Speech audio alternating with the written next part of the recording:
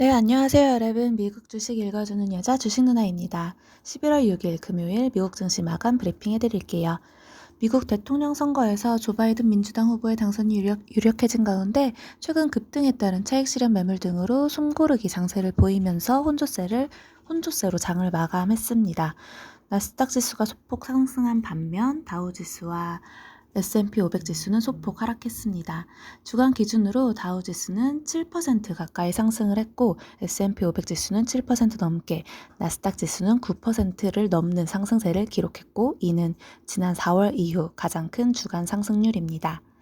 미국 대선 투표 개표가 마무리되고 있는 가운데 아직 결과가 확정되지는 않았지만 조 바이든 민주당 후보의 승리가 가능성이 한층 높아졌습니다.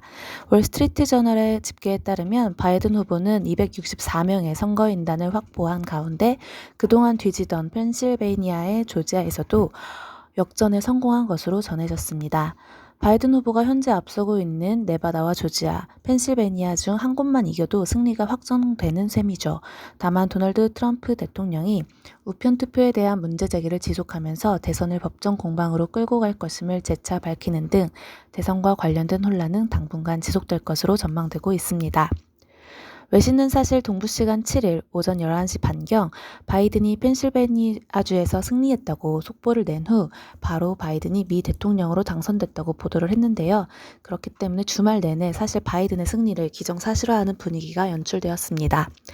이날 발표됐던 미국 경제지표는 양호한 모습이었는데 미국 노동부가 발표한 10월 고용 동향 보고서에 따르면 실업률이 전월 7.9%에서 6.9%로 1% 하락했습니다. 이는 시장 예상보다 훨씬 양호한 수치입니다. 비농업 부문 일자리도 63만 8천 개 증가하면서 시장 예상치를 크게 웃돌았으며 6개월째 증가세를 이어갔습니다. 그러나 코로나19 재확산 우려는 지속되는 모습이었습니다.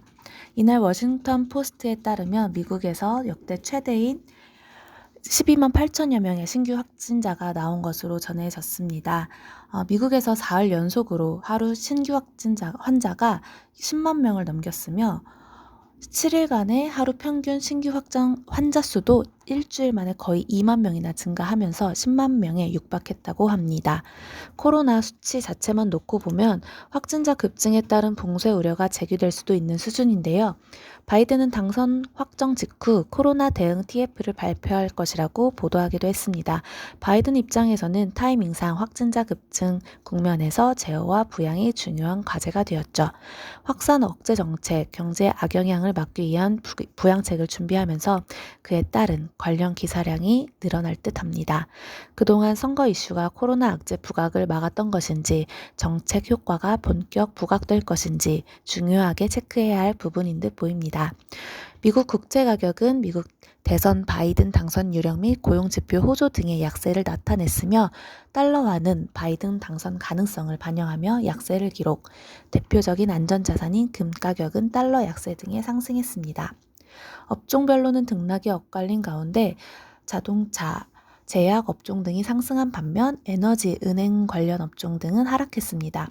종목별로는 애플, 아마존, 페이스북, 알파벳 A는 소폭 하락하고 마이크로소프트랑 넷플릭스 등은 소폭 상승하는 등 대형 기술주들의 엇갈린 모습을 나타냈습니다.